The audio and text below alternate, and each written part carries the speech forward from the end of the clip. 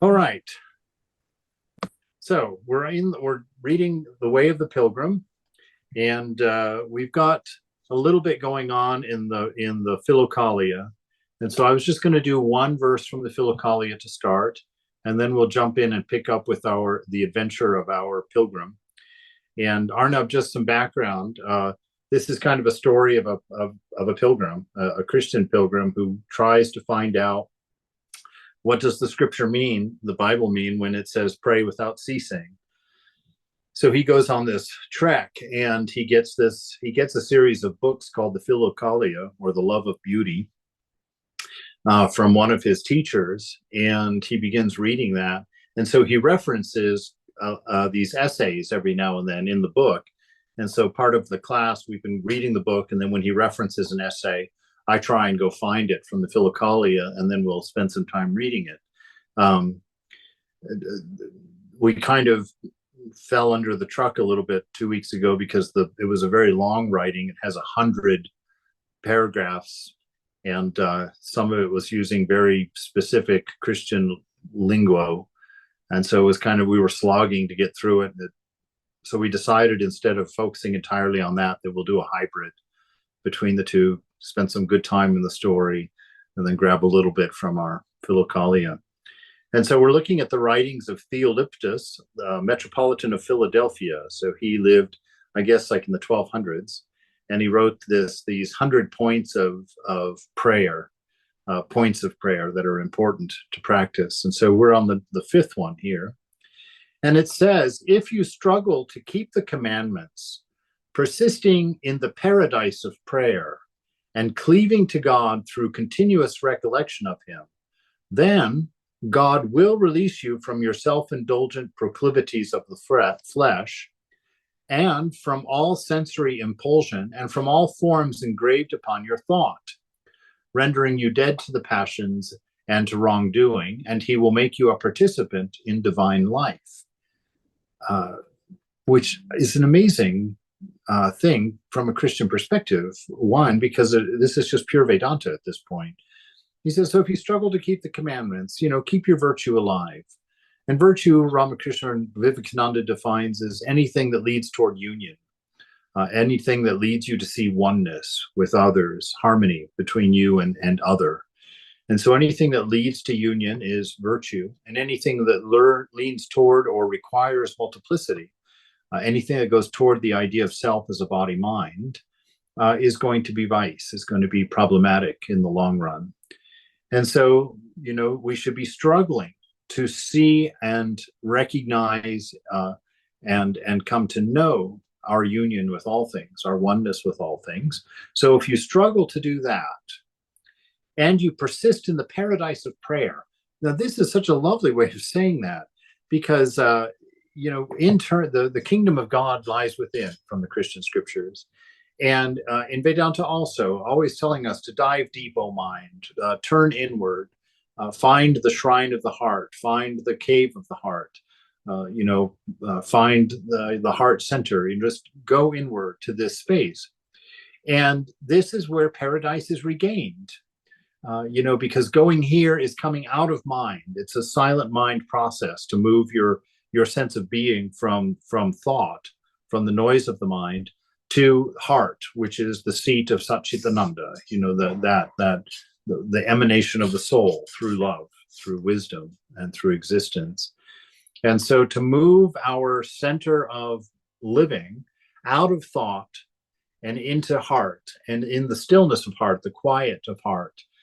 Once that mind silences, you understand that you are in fact in paradise. The natural bliss of the self comes to the forefront, and to the extent that you're able to dwell in that space, it can be ecstatic. That's how Ramakrishna went into ecstasy constantly, because he was utterly pure, meaning he had no self, no sense of an individual self or a me and a mine in that mind, and so he was susceptible to this absorption in the fullness of being, in the fullness of the divine presence within.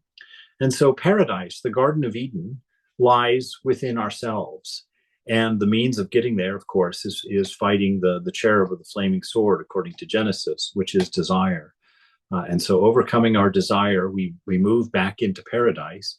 And in that paradise, we find the tree of immortality. We realize that simply stepping out of mind has freed us from time, because it's the change of the mind that creates time. And time is a tool of mind and not an actual existent thing outside. Time, space, and causation are all concepts of mind and are because of thinking. And so when the mind silences, we're released from those three things, which brings us to the next point, a cleaving to God through continuous recollection. So that's the practice of the presence of God, which we read in Brother Lawrence's practice of the presence. It's just that constant. And by constant, it means absolutely constant. It means that there's no point during your day in which you are not aware of the presence of God within, the presence of the divine within, in the temple, the body. And so you hold on to God desperately through that continuous recollection of him.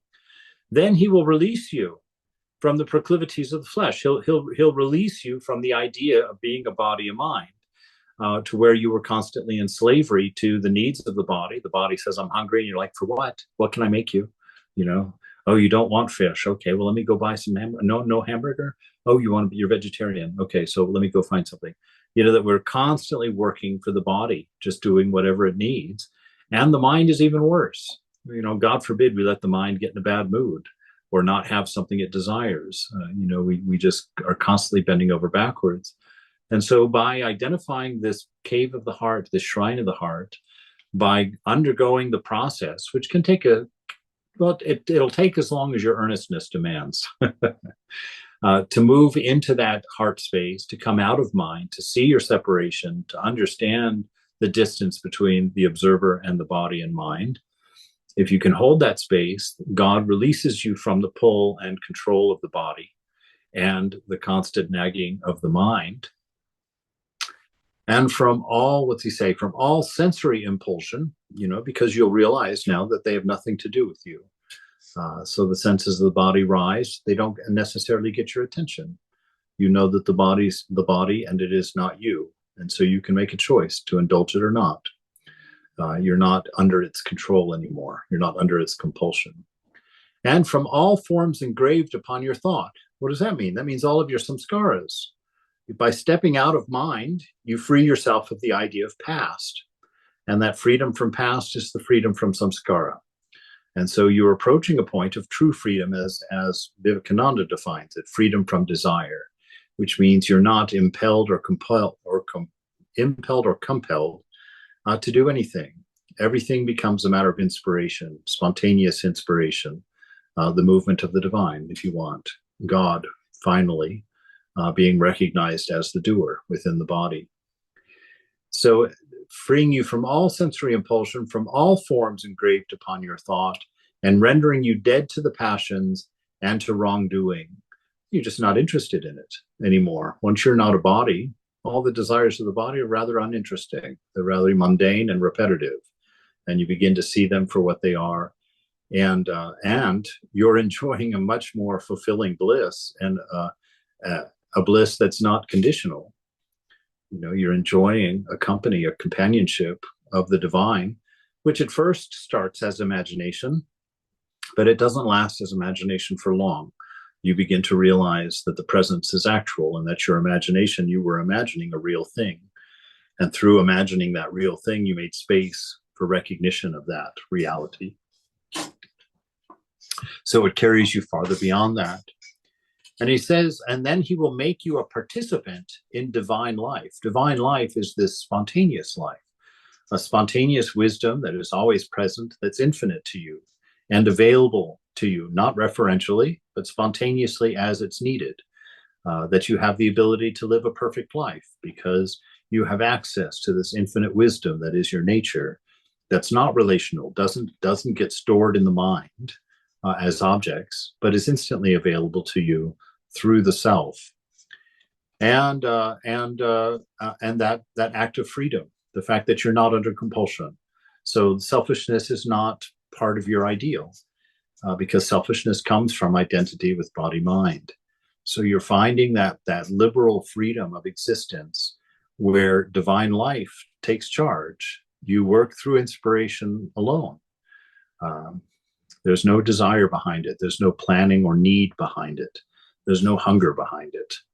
It's simply the isness of being, letting you know what is necessary in the moment, and all the necessary tools and motivations and understandings arise as needed in the moment.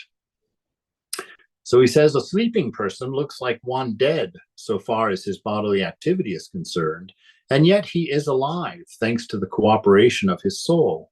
Similarly, if you abide in the spirit, you are dead to the world and the flesh, but you live according to the spontaneity of the spirit. And it's through the study of these great souls, Ramakrishna, Jesus, Buddha, Rama, that we learn what that kind of life looks like. A life that's spontaneously lived according to the divine will, according to our own true will, since we are that. Spontaneously moved and spontaneously informed and spontaneously provided with all of the tools to navigate the moment perfectly. That's enlightenment in a definition. That absolute self-abnegation of ego. The ego no longer, it's been dismantled. And if it exists as a servant of God, or a friend of God, or a companion of God, like that. But it's not the driving force. It doesn't have its own sense of should and shouldn't, ought and oughtn't.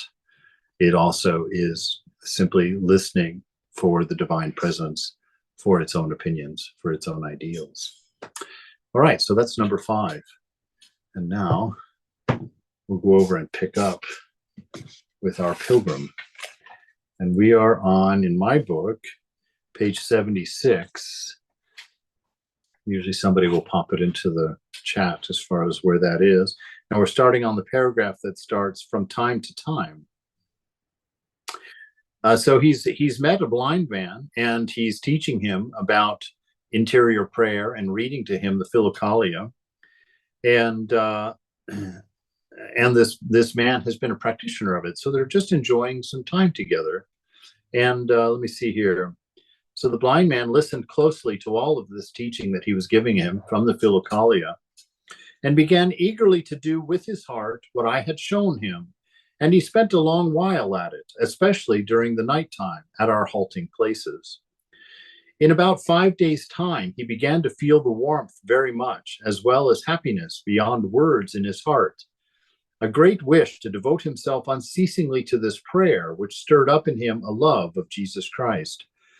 So there's a couple of things that are quite beautiful in here, which means if you start your mantra practice, or your meditation practice, or your practice of the presence with a sincere earnestness, it won't be more than a few days before you get some sense of, dare I call it a reward? It's not really a reward, but what it does is it does give you a certain awareness of what's inside you. As you take your attention off the mind and senses and start bringing it, focusing it inward to the heart, you do become aware of a new sense of self, a new sense of being that becomes increasingly independent and free of the conditions of environment, friends, social, all of those kinds of things.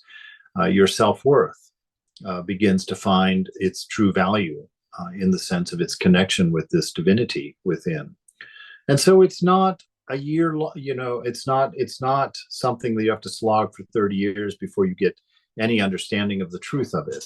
With earnestness and sincerity, to the degree that you're earnest and sincere, you will come to a quicker knowledge of it. Swami Brahmananda says a year.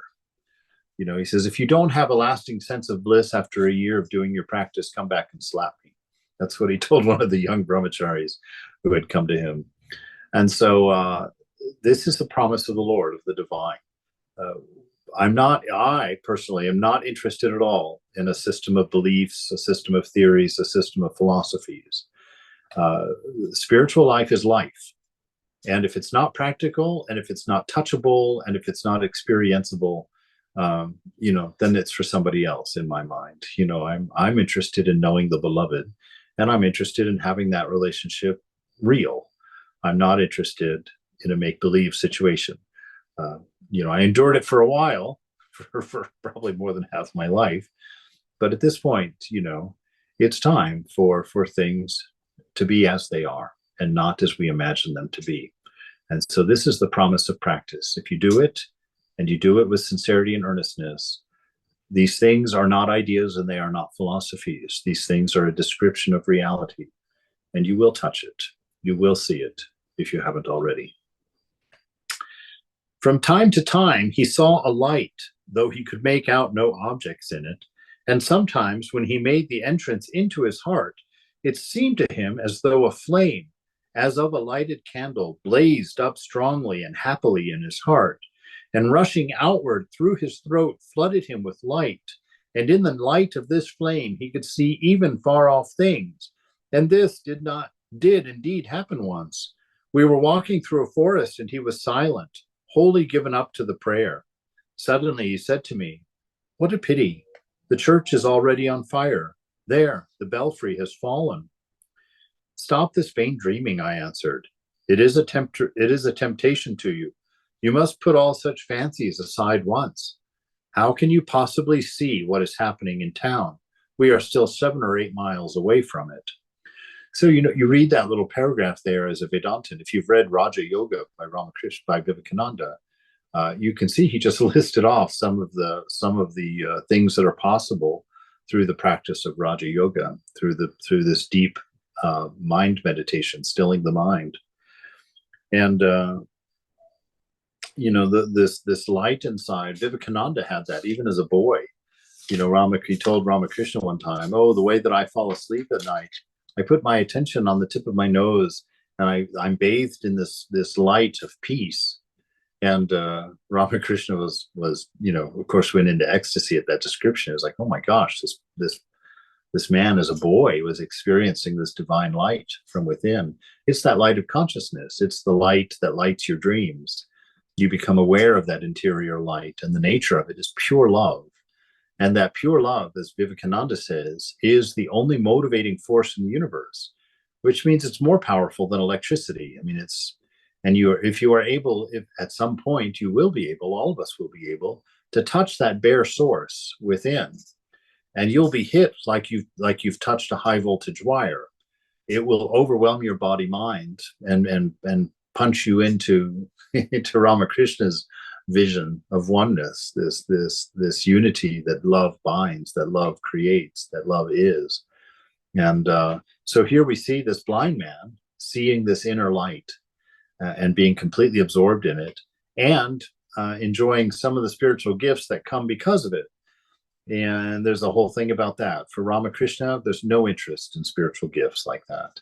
They're signboards that say you're moving in the right direction, and that's the only value they have. If you pay attention to them or try to develop them or become interested in them, you're stuck in an eddy off to the side of the stream until you're done with that.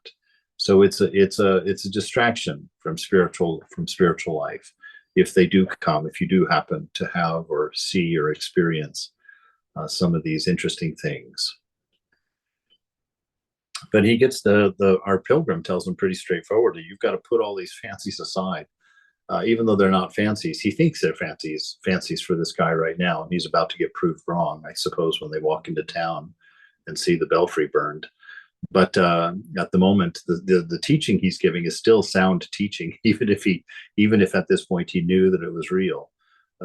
Don't pay any attention to these things. Don't get stuck in that eddy. He obeyed me and went on with his prayer in silence.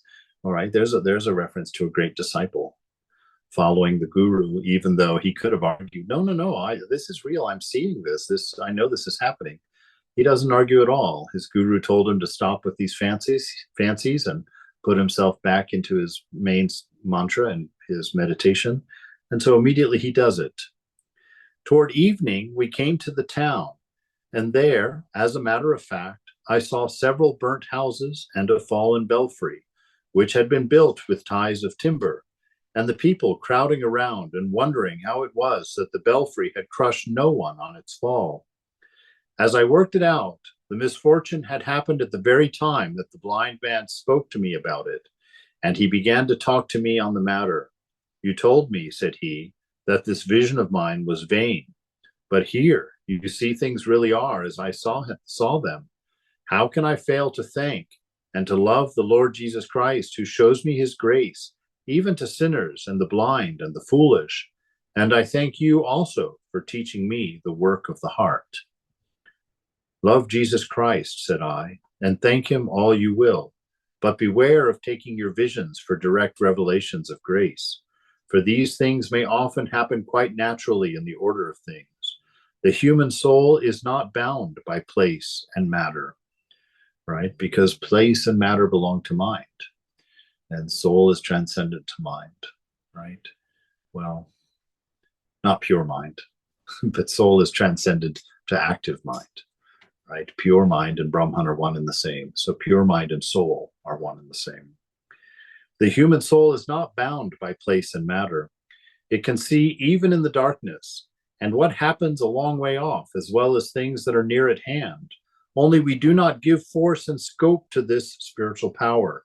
We crush it beneath the yoke of our gross bodies, or get it mixed up with our haphazard thoughts and ideas. But when we concentrate within ourselves, when we draw away from everything around us and become more subtle and more refined in mind, then the soul comes into its own and works to its fullest power, right? We come closer to our knowledge of ourself is what's happening. When we go deep inside, when the mind shuts up, because most of our identity comes from thought, comes from what we tell ourselves. And once that shuts up, once nothing is telling you what you are, then you come to know what you are, right? You at least become aware of these subtle factors within you, the nature of your soul, the nature of yourself. When you're free of thought, when you're free of the limitations of past and future, when you're not drawn out by desires, then you naturally become aware of what you are. And in that knowledge, infinity is available to you. And so he's saying here that the soul comes into its own, meaning that it's the one that defines itself. You know, if that's is to be, that it's not the mind, it's not the thoughts, it's not your experience, it's not society, it's not the seeming outside world. You know at this point what you are, and it begins to manifest freely and beautifully. So what happened was natural enough. I have heard my departed starets, and the starets is another word for guru, say that there are people, even such that are not given to prayer, but who have this sort of power or gain it during sickness, who see light even in the darkest of rooms, as though it streamed from every article in it, and see things by it. So this is someone who becomes aware of consciousness as light, you know, who picks up that subtle vision. That's the same light that allows you to see a dream. Is this light of consciousness, and it's the light that lights this world as well, but we don't associate it with that. Who see their doubles and enter into the thoughts of other people. But what does come direct from the grace of God in the case of prayer of the heart is so full of sweetness and so full of delight that no tongue can tell of it, nor can it be likened to any material. It is beyond compare. All right, so there's a couple I love these matter-of-fact sentences that he gives, but that really describe some very important things in them. He says here that they're full of sweetness. So there's just this general beauty of the divine presence, that peace that passes all understanding. It's a peace that passes understanding because it's a peace that exists before understanding. It's not a conditioned peace. So the mind is not necessary to create it or to compose it. This peace is your natural state. It's a transcendent state because it's not a matter of condition. There is no cause and effect in it. And delight that no tongue can tell of it. No tongue can tell of it because there's no past, present, future. So there's no subject, object, verb. You know, the mind can only think of the triad. Anything coming into the mind has to have a subject, an object, and the relationship between the two. The mind cannot comprehend a singularity. It has to have that triad in order to conceive of something. And that's the weakness of it. And so when you step outside of mind, you have access to knowledge that does not fall into subject-object relationship. You have the rest of the universe that's outside of the ideas of time, space, and causation. That's outside of that triad of subject-object relationship. And so no tongue can tell of it. You know, that's what Sri Ramakrishna says. Brahman is the only thing that the tongue that cannot be polluted by the tongue, or has not been polluted by the tongue. It can't be captured. If the tongue describes it, that's a limitation. If it can be put into a sentence, that's a limitation, because it's automatically restricted to subject, object, and relationship. So it's full of sweetness, delight, that no tongue can tell of it, nor can it be likened to anything material. Well, one, because there is no such thing as material, right? We've talked endlessly, and we've made our statements in the past that everything is thought, right? Every object you perceive, every emotion that you feel, every idea of the past, every idea of your personality, every sound that you hear, are all only thought. They're only in the form of thought when the mind shows them to the witness, when the mind presents them. So the entire universe that you deal with is between your ears. It's within the mind alone.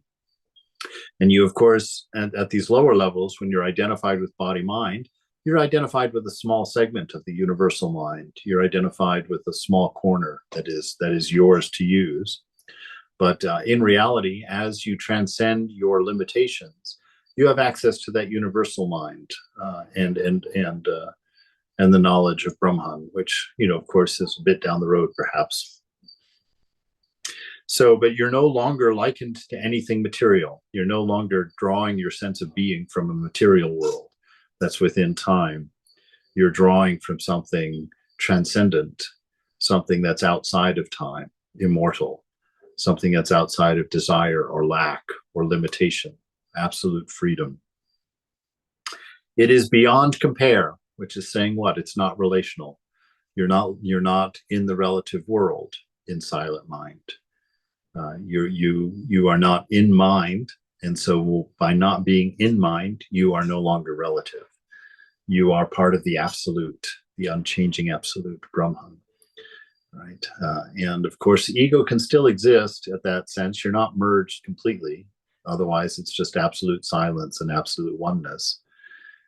But you're still ego identified, but the ego is under charge. The ego is under the charge of being the friend of God, or the lover of God, the husband of God, the wife of God, the child of God. And that constant awareness of this presence, the constant awareness of your nature, is plain and apparent and overwhelming to you.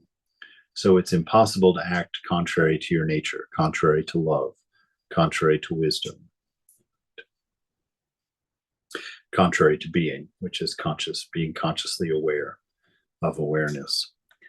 Every feeling is base compared with the sweet knowledge of grace in the heart. Ah, indeed, because it's this, oh goodness, this is that part. This is so important, you know. This grace and understanding grace is fundamental to this freedom, because the mind will not free you from your karma. The mind will not let you be happy for no reason. The mind demands reason for everything. It's your karma is locked in the mind. And if you identify with the mind, then you've identified with your karma, your samskaras, with your story, and you can do nothing but act accordingly. So freedom is not in the mind. Freedom is before mind. So it's everything feeling is base compared with the sweet knowledge of grace in the heart. This understanding that you're free because of grace, not because of your ability, not because of your accomplishment. You know, the only accomplishment is the acceptance of grace.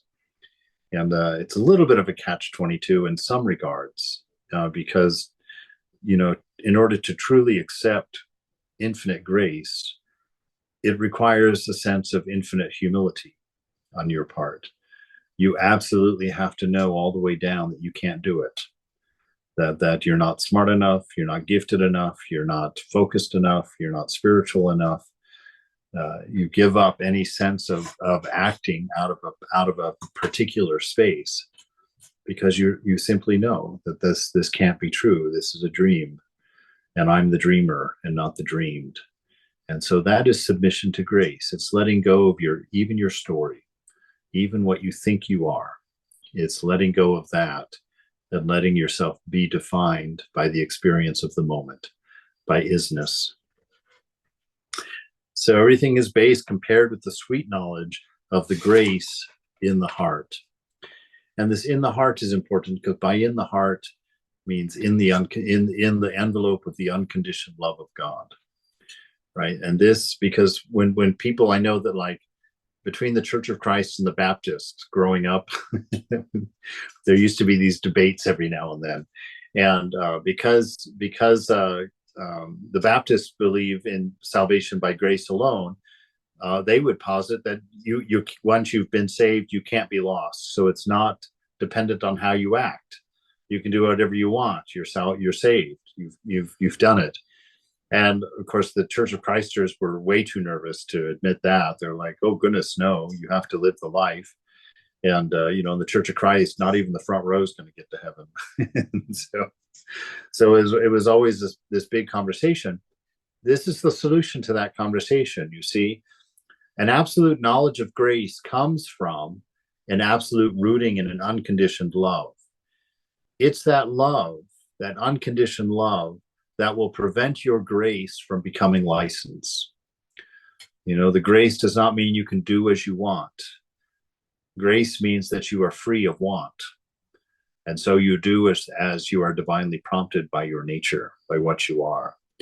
And that grace is sourced in your knowledge and your faith in an unconditioned love, the divine love, something that we haven't seen in this world, in this dream. Something that we haven't seen any ideal in this dream. All ideals, that's that comes from sort of a perfume of the soul, of the self.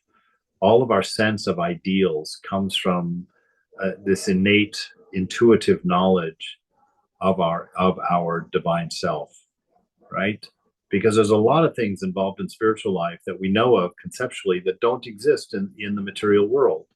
And we should not even be able to conceive of them, because they are, if the mind was purely the product of material experience, we could only posit things that are built on experience. And, there are several things that are not built on experience. All of our ideals, there is no perfection to be found in the material world. So even the idea of perfection itself, which is a name of God, incidentally, cannot be found here. No absolutes of anything can be found here. No immortality is here. So the fact that we use that word casually, that we have a concept of that, is unusual, because there's nothing that would have taught us that.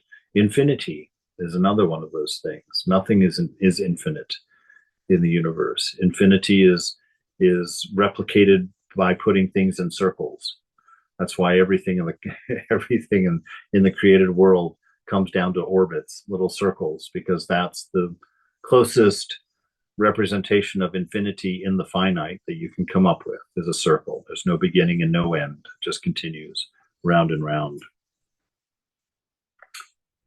So he says, my blind friend listened eagerly to this and became still more humble. That's a real sign of a healthy character right there. That the more you learn, the more humble you become. It's a real trap in spiritual life where you become spiritually proud, and you start counting the hours of your meditation and adding them to your ego. That's a very, very dangerous place to be, and requires, if we're struggling with that kind of thing, we have to be really close to a guru, because it takes that kind of surrender to something outside of your ego in order to fight that battle. If the practices of spiritual life that are supposed to be freeing you from ego, if you start misrepresenting them to yourself and they start adding to your sense of ego, your sense of separate or specialness, seek out the consultation of your guru daily. You know, really get nervous about that and get serious about it, because that's a terrible place to be in spiritual life, and it makes it impossible to move forward until that weed is rooted out. So spiritual pride is a very dangerous thing, because your spiritual practices, if they're being done properly, will reveal the non-existence of this ego self. It will betray that existence. So if it's building that existence, you're doing something terribly improper, dangerously improper. And the sooner that you get that taken care of, the sooner you get some instruction and some practice to deal with that, the better. So my blind friend listened eagerly to this and became still more humble. The prayer grew more and more in his heart and delighted him beyond words. I rejoiced at this with all my soul and thanked God from my heart that he had let me see so blessed a servant of his. We got to Tobolsk at last. I took him to the almshouse, and leaving him there with a loving farewell, I went on my own way. You see, this is what natural humans act like. You know, they rejoice in the accomplishments of others. They honor truth and this wonderful spirit in others.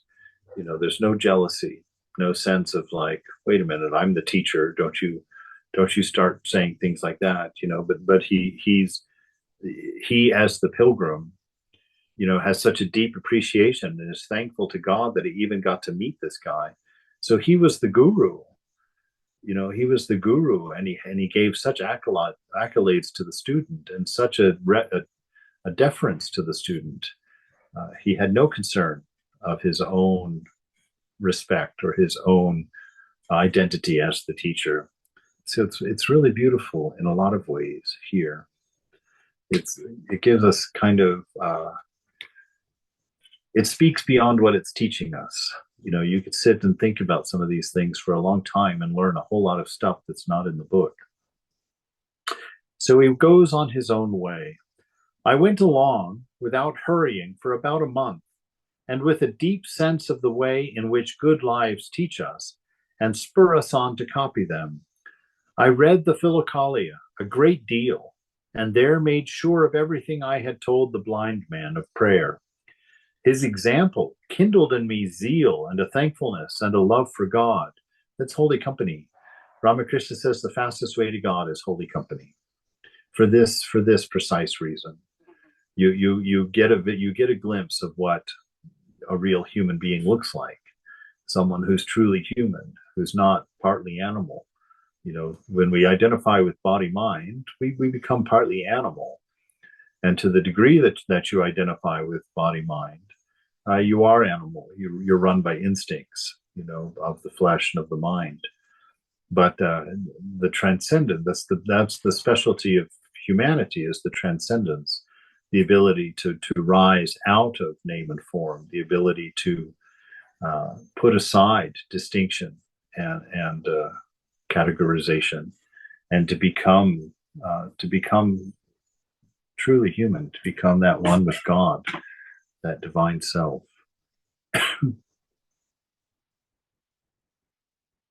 His example kindled in me a zeal and thankfulness and a love for God. The prayer of my heart gave me such consolation that I felt there was no happier person on all the earth than I, and I doubted if there could be a greater and fuller happiness in the kingdom of heaven. Not only did I feel this in my own soul, but the whole outside world also seemed to me full of charm and delight.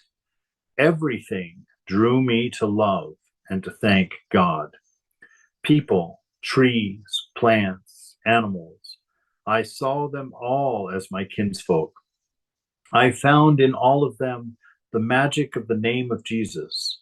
Sometimes I felt as light as though I had no body and was floating happily through the air instead of walking.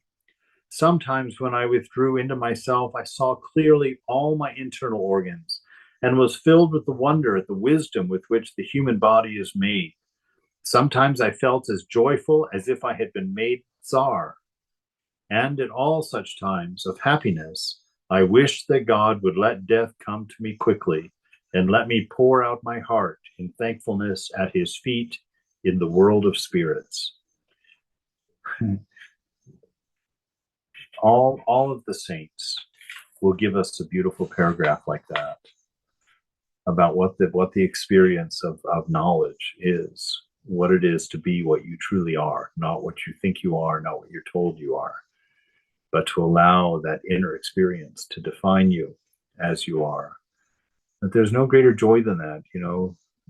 It took 10 years. If you're looking for a measure of time, here's an arbitrary one. The Brother Lawrence took 10 years to come to that constant sense of bliss. And in the 15th year, he had to start hiding it because it was overwhelming and it was starting to get people's attention. And so he had to find ways to disguise his bliss, just like Ramakrishna had to come up with all those ways to bring his mind down a little bit, because he had to teach, he had to speak, he had to be in the company of the devotees. And so he would get up there and he would have to start. That's why he would do things like ask for a glass of water or give me a sweet, or sing that song, or any number of ways. He would do things that he had attachments to by design. He was attached to the love of the devotees. And so he would use that to reel his mind back into his self, back into the body, back into his mind. So here we have yet another saint with the same description, just a transcendent joy, a joy that has no causation. It's not conditional. It's what is present when nothing else is present. It's the noise you hear when all noise has ceased in the mind. So it's a seeming condition, but it's not a condition because it still exists. Even if your mind is noisy and you're unaware of the bliss within, that bliss is there, and it will manifest anytime if you're living in body-mind, it'll manifest anytime you fulfill a desire. At that point of a desire being fulfilled, the mind ceases its attachment to a desire for a moment, and it becomes aware of bliss. And so that bliss manifests. You associate it with the fulfillment of that desire. That was incidental. That was not the cause. It's just that fulfilling a desire for a moment releases you from desire because it's been fulfilled. And in that split second of that contentment, that awareness of the bliss which is ever present in you comes to the surface because you're undistracted. But within moments, the mind has conjured a new desire and the eyes are taken off the self. That bliss is forgotten and you're on to the next desire, and you're in that endless cycle, thinking that you're getting something from the outside world, when in fact you're simply stilling yourself and hearing the inside world and associating it with the outside, with a non-existent outside. All right. Everybody following this, or have I gone off onto a trail by myself? All right. If you have a question, please feel free just to jump in, barge in. It would seem that somehow I took too great a joy in these feelings, or perhaps it was just allowed by God's will, but for some time I felt a sort of quaking and fear in my heart.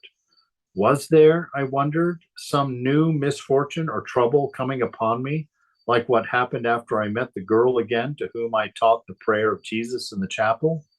A cloud of such thoughts came down upon me, and I remembered the words of the Venerable John Karpathisky, who said, "The Master will often submit to humiliation and endure disaster and temptation for the sake of those who have profited by him spiritually." I fought against the gloomy thoughts and prayed with more earnestness than ever. The prayer quite put them to flight, and taking my heart again, I say, God's will be done. I am ready to suffer whatever Jesus Christ sends me for my wickedness and pride. And those to whom I had lately shown the secret of entry into the heart and the interior prayer had, even before their meeting with me, been made ready by the direct and secret teaching of God. So he's just going through and making sure that ego is not driving. You see his discernment in looking within to see where these things are coming from within himself, and understanding that God has prepared these people, and that he is merely an available avenue for God to do what God wants to do. And it's a good time to talk about the will of God is actually your will without body mind. So it's not that these people are losing their sense of self in order to just obey some great master in the sky, that they bend in obedience and fear to this and imitate him in every way. It's that the divine is your own very self. And so the will of God is your highest will. It's that hint that's given to us with the idea of the conscience. We have a conscience. That's our true self. But we know our delusion because we argue with the conscience. We don't like to be bothered by conscience. We're looking for freedom from the conscience. But the conscience is the voice of our true self, of our higher self. And so when we realize that, when we come to realize that the conscience was all along our true voice, that the will of God was all along our true will, our highest ideal, then we naturally give up the wills that were born of ignorances, that we experience through egoism, through our separateness from the divine. We gladly let those go, and that's renunciation, which is formed through this discernment, through this understanding. And so it's always a response to reality, to the internal reality, that we actually naturally obey the Veda of the moment, right? We've talked about that. This moment is where all scripture has been crystallized, from the experience of this eternal moment that we are always in, that we never leave. And so this is why in this phrase before, when he was talking about the joy, that he saw this joy everywhere, because you realize that you're walking in Veda, you're walking in direct communication with the beloved, that everything is his voice, her voice. Everything around you is her essence, that essence. And the bliss that arises naturally within as your inner world begins to manifest as outer world, that you realize that there is no outside, inside. There's only isness, and it is all your beloved. You just sit there and chuckle, smile, be happy. All right. Calmed by these thoughts, I went on my way again, filled with consolation, having the prayer with me, and happier even than I had been before. It rained for a couple of days, and the road was so muddy that I could hardly drag my feet out of the mire. I was walking across the steppe, and in 10 miles or so I did not find a single dwelling. At last, toward nightfall, I came upon one house standing by itself on the road.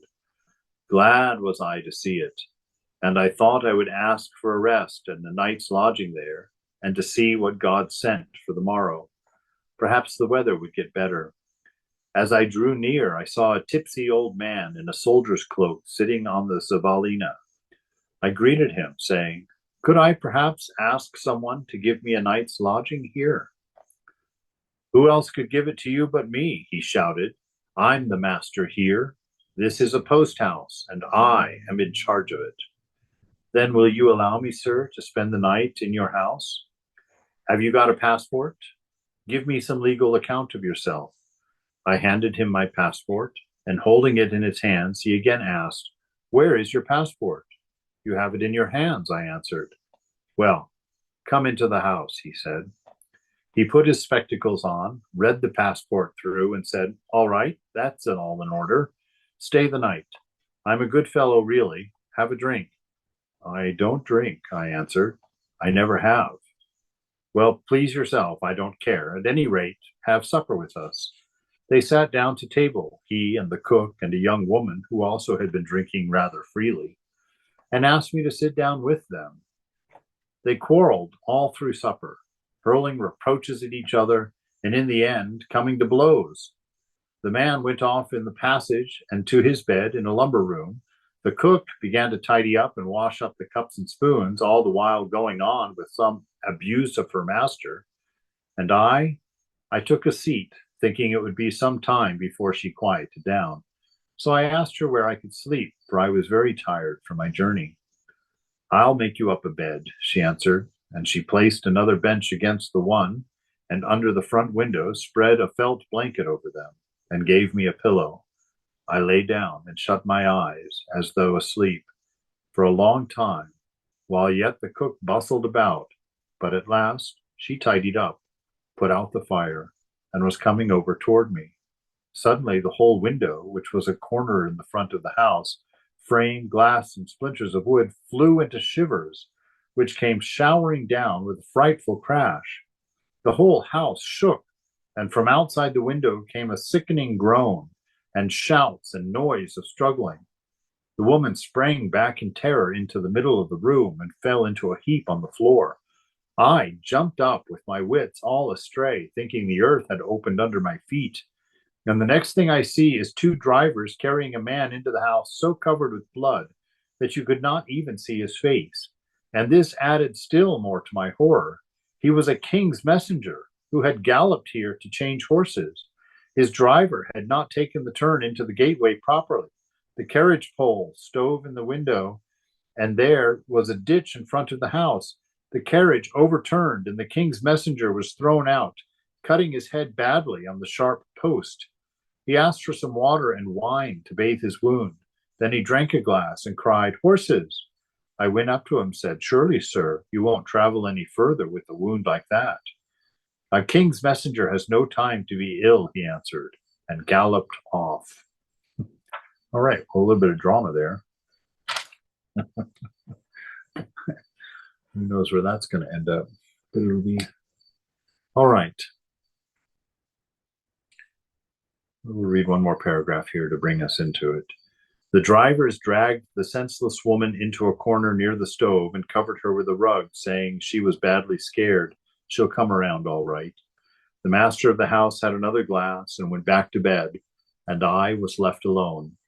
Very soon the woman got up again and began walking across the room from corner to corner in a witless sort of way, and in the end she went out of the house.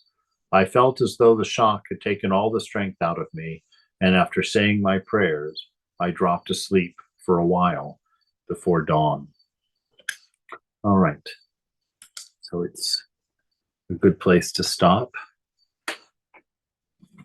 for the week. So we just see that beginning passage where he said, where was it? Not only did I feel, let's see, the prayer of my heart gave me such a consolation that I felt there was no happier person on earth than I, and I doubted if there could be greater and fuller happiness in the kingdom of heaven. Not only did I feel this in my own soul, but the whole outside world also seemed to me full of charm and delight. Everything drew me to love and thank God. People, trees, plants, animals, I saw them all as my kinsfolk. I found in all of them the magic of the name of Jesus. This is why we practice. This is what a normal human life looks like. This is what a person with good, who's healthy, actually experiences the world. Not a normal person, but a healthy person. A knower. Does anybody have a comment or a question, a curiosity, a friendly note, a joke? All right. Very good. Then we're off till Sunday.